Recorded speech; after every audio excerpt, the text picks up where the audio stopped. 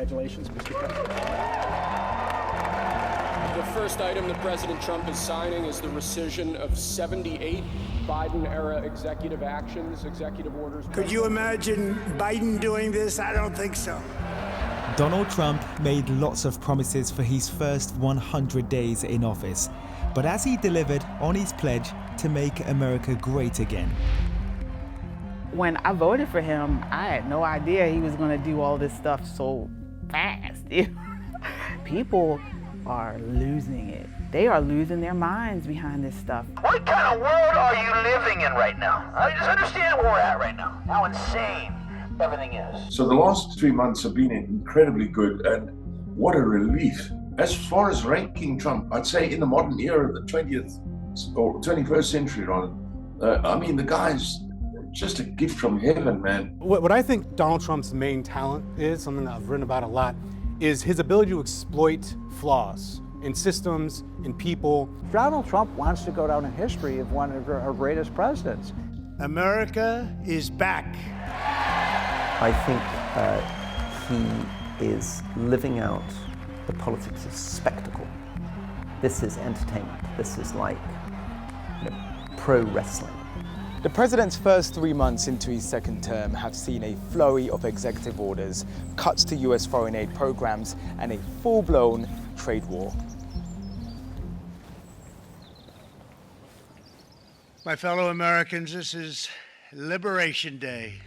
Waiting for a long time. Liberation Day meant he was going to liberate us from our money. That's what that meant.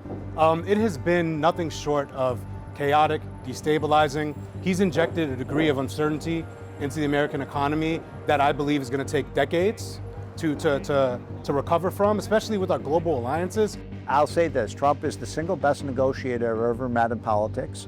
I would never bet against him. Really what we've seen is a lot of, in my opinion, chaos, some incompetence, and authoritarian overreach in a lot of ways. Trump's historic global trade war saw him declare a national economic emergency, announcing sweeping tariffs on some of America's largest trading partners. Well, I was there in the Rose Garden when Trump made that announcement at the White House.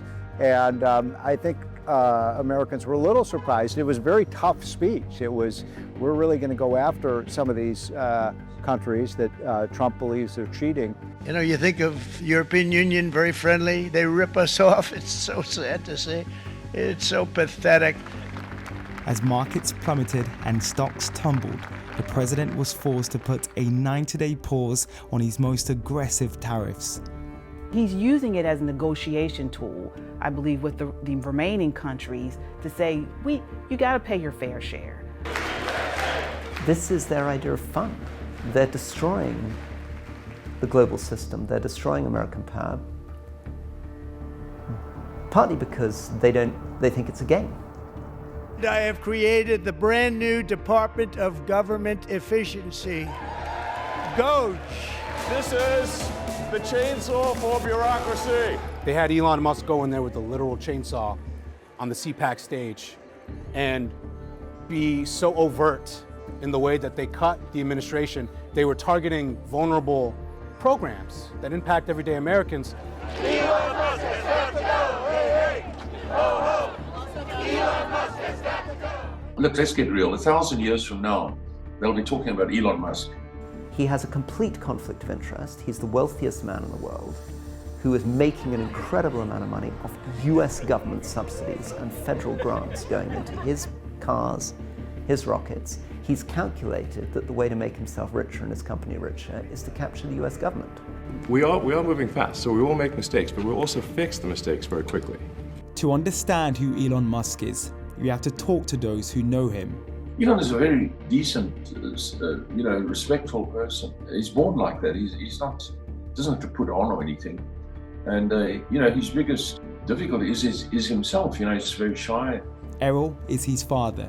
What Elon has done in that short time, he's exposed the extraordinary amount of theft that's been going on in the United States government.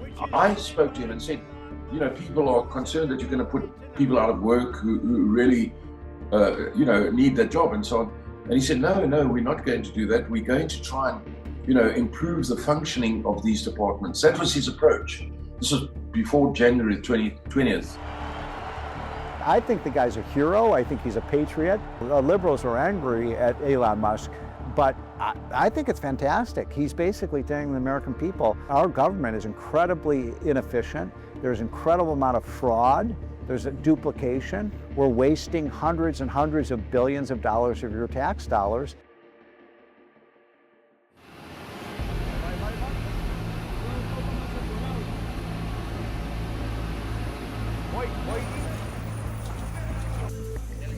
Since taking office, my administration has launched the most sweeping border and immigration crackdown in American history, and we quickly achieved the lowest numbers of illegal border crossers ever recorded. Thank you.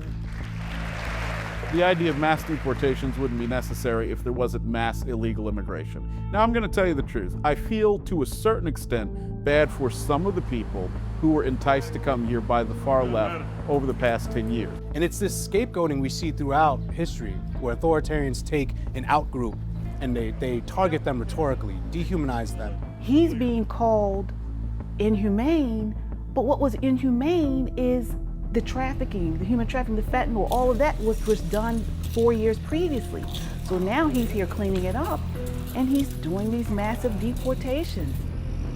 Removing those who we don't know, who we can't track, who we don't know why they came here, how they came here, anything about them, sending them back to their countries so they can come here legally if they choose to, is the absolute right thing to do.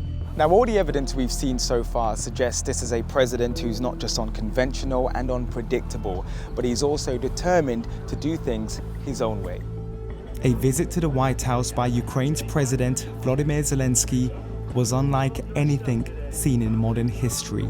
And what you're doing is very disrespectful to the country, this country, that's backed you far more than a lot of people said they should have. Have you said thank you once? I was pretty disgusted as an American, as someone who believes that Ukraine is the righteous person in that fight, that they were unjustly invaded. It was horrible to see. And do you think that it's respectful to come to the Oval Office of the United States of America and attack the administration that is trying to prevent the destruction of your country? A lot of questions. He can see that Trump is insulting his allies, humiliating American dependents, flattering dictators, doing everything that the J.D. Vance of 10 years ago would have been ashamed of. And he just goes along with the whole thing because for him it's a game. Zelensky and the Ukraine, Elon described that after he got into his job as the biggest graft system in the history of humanity. Trump wants to be the president of peace and prosperity. And those are the formula for success for any president. USA! USA! Just hours after taking the oath of office, Trump pardoned hundreds of his January 6 supporters who stormed the US Capitol. He later declared that his government would only recognize two sexes, male and female. What he did was defunding critical race theory for what he's taken men out of biological sports. Latest polling showed a majority of Americans are unhappy with his handling of the economy, but he maintains strong support for his immigration policies. Many black Americans were left in disbelief when he terminated federal and diversity inclusion programs, but others felt it was long overdue. White people get crazy when they see a black conservative, okay? And the woman came up, she was like, we're talking, and then she said, "You didn't vote for Trump, did you?" I was like, "Yeah, I'm a Trump supporter," and that set her off. She started screaming and hollering at me, saying, "How am I black? How am I a black woman voting for Trump?" A white woman saying this to me. Trump must go now! After President Trump was inaugurated in 2017, I saw how crazy everybody was going. So I said, you know what? I'm putting my Trump hat on all the time. Now I've got about 30 and I've got a couple of these pins here. It is fair to say Trump's second first 100 days will be considered controversial, but perhaps also the most consequential of any in modern history. One of the things that people have to understand, Trump is a lame duck president. He cannot run for another term. That's one of the reasons you've seen this scattergun approach of doing as much as he can. I don't think there's any president since maybe Franklin Roosevelt who's done more in the first 100 days than Donald Trump has.